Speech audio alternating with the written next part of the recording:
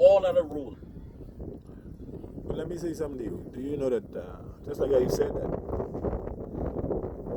the knowledge of you being black and you being separated or cascaded, they call it, and taken from your homeland and taken the rights taken from you. Do you know where it started? You know that it started from a Bahamian? It started from Bahamian. All those historians you see, like Joseph Henry Clark and Yasuf Ben Yachaman and Sheikh Antadia and Barry Barashenko, all of these fellas, even the great Marcus Garvey, Yes. Bob Marley, all of these fellas were taught from a Bahamian. Yes. See, people would not accept that to know who they really are. Yes. So when you say things like it's going to start with this nation, you look around the world, all the world looks on the Bahamas and trying to figure out who these people are. You know, the Bahamas is a country, and you had said, when we went to the Olympics, we won the Olympics 3 times. Nobody never paid attention to that. You have Bahamians that have went in the United States and NASA. Never saw no space program, just went there and created things that would baffle your mind. So, like you said, you have to look at the country where you're from. Yes. And just like how you said, and I have to agree, that it's going to start with us. Yes. Apartheid, we were involved in. A little country like this, involved in apartheid. Huh? What is that saying? We had something to do with the abolishment of the apartheid and the freeing of Nelson Mandela. So I can kind of connect with what you're saying, but they've taken our history away from us. And they haven't allowed you to understand who you are. And then they put these governments in place and give them these rules to govern you by.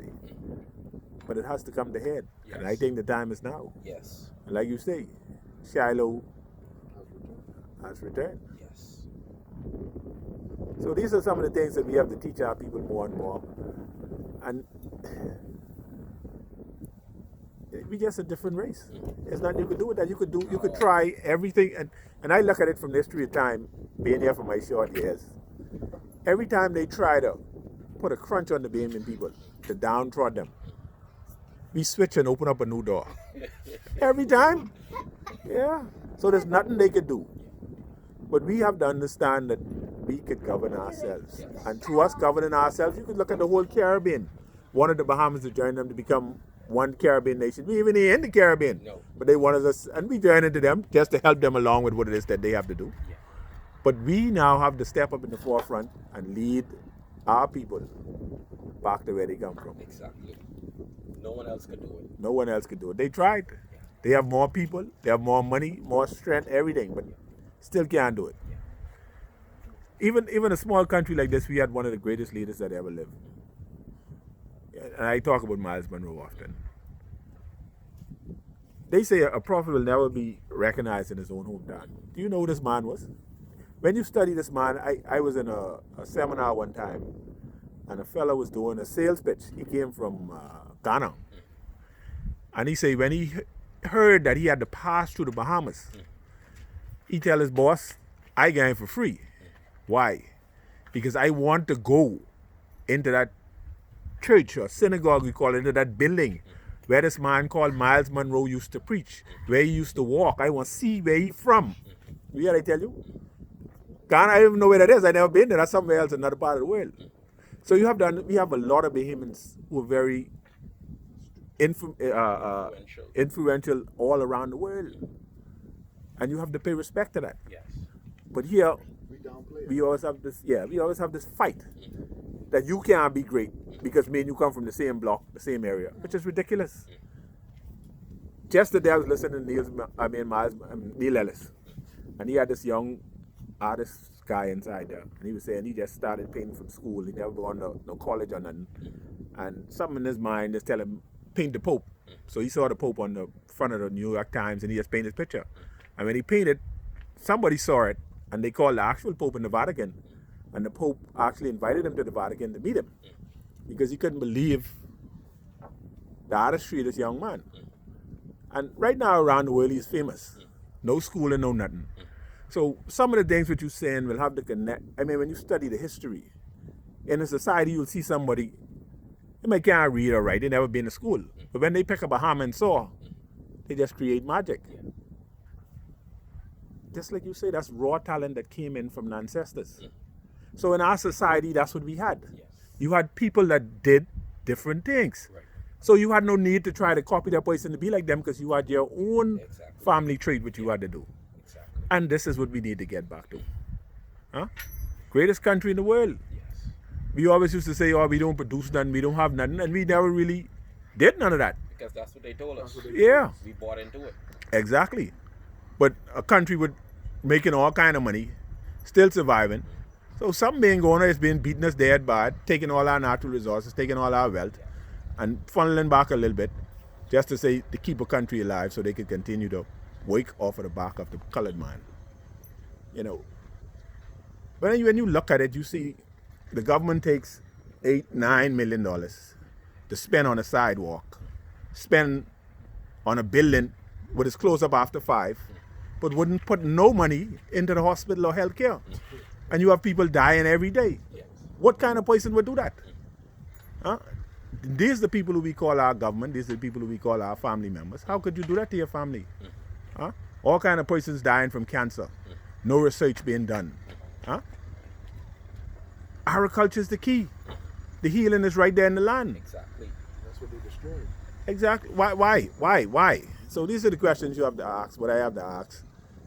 Somebody is deliberately trying to destroy, number one, the mind power or the brain power of the melanin man, which is the man of color. And then you have to ask, why would you be trying to destroy these things? What is the purpose behind that? Because if I destroy you, the seed is in you. So if I destroy you, I destroy the seed. All these young men you see getting killed today, when you see them die, they have thousands and millions of seeds in their body. Who are these seeds? These seeds are the people who are supposed to liberate us, to take us back to the new world. But if I keep destroying them, then eventually, if you look in the Bible, when they was trying to destroy these different prophets, before they became of age, and this is the deliberate thing what they're doing. They continually destroy the black man so they can destroy the seed. So that seed was supposed to come up to lead you and liberate you, can't do it anymore. So we now, who are here alive, have to continue to protect the seed, and we have to continue to realize that we need to move forward. Yeah. So this is one of the great teachings of the great Priest Thompson. And like you say, you get it from the great ancestors. This couldn't come from book because there ain't no book written that have this. So now you have to pay attention and understand who you are, and speak with authority and understand that everything you do and say as a Bahamian is going to liberate and separate the world itself and free the whole world from all this, deprivation and oppression. And you don't have to kill nobody. It's enough here for everybody. So that's what we need to understand, and this is where we need to go. So like I say, these guys who we have in power now, they can't seem to understand that because they're trained in schools what were created by the Caucasian man to teach them how to oppress their own people.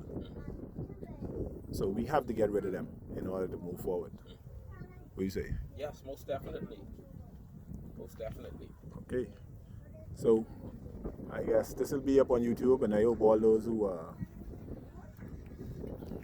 want to be educated and knowledgeable about what's going on.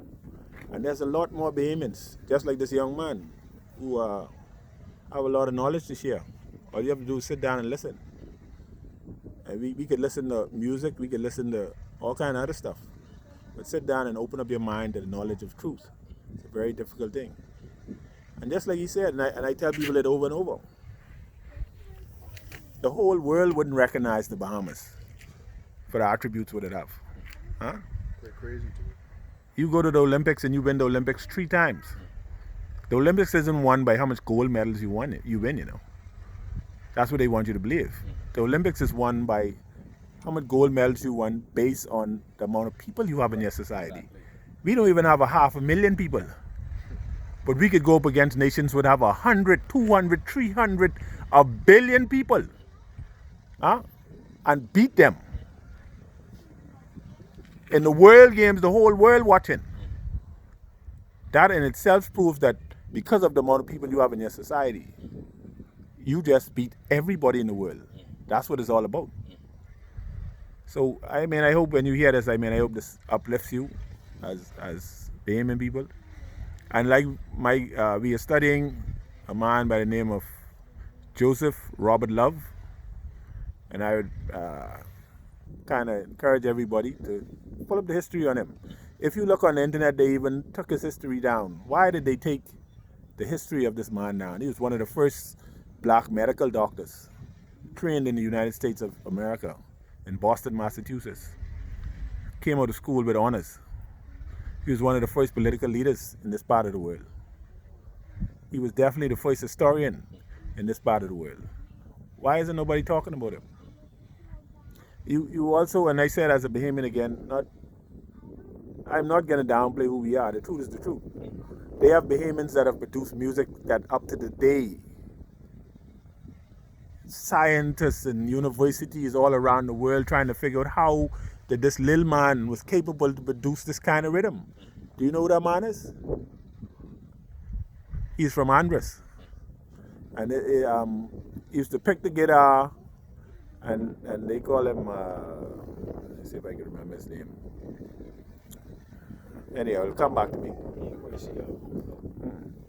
We also have another artist by the name of Amos Ferguson. You have people who came from all around the world and try and figure out how the simple paintings that he did using a nail and using regular house paint, and just simple diagrams that he drew. It's mind blowing. From when we could have bought a painting on the side of the road for $100, $200, or $50, this painting's now going for $10,000 a pop. You can't even get your hand on one. Simple. So I just want, it's so much other things, so I just want Bahamians to understand who they are. Study some of your history. We have Bahamians who flew jets in the Middle East. We have Bahamians who pilot ships all around the world. We need to do some Bahamian history. And this is one of the downfalls that our government has done to our Bahamian people. They've taken that away from us. Still trying to remember the name of that musician in Andros. I'll remember it and I'll come back to you all. But he's from Andros, and his sister is still alive. And his music is played all in Canada. They put it in university, and they're trying to study how this man was able to make the sounds that he made from this guitar. So on that note, I thank you very much, and until we come back.